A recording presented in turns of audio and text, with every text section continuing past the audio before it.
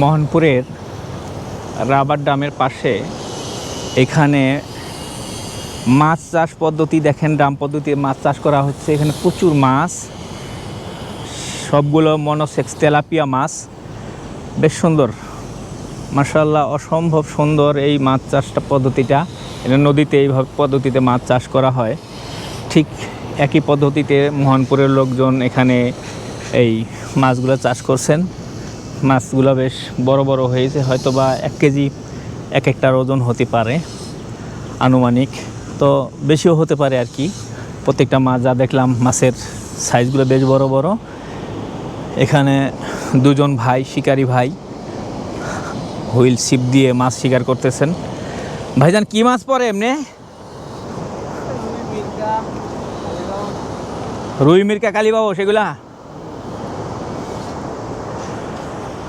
দুইজন মাছ শিকারী ভাই শিকার করছেন মাছ, রুই, মিরকা, কালীবাউস, মিঠা পানির মাছ, আত্রাই নদীর মাছ, বেশ সুস্বাদু মাছ।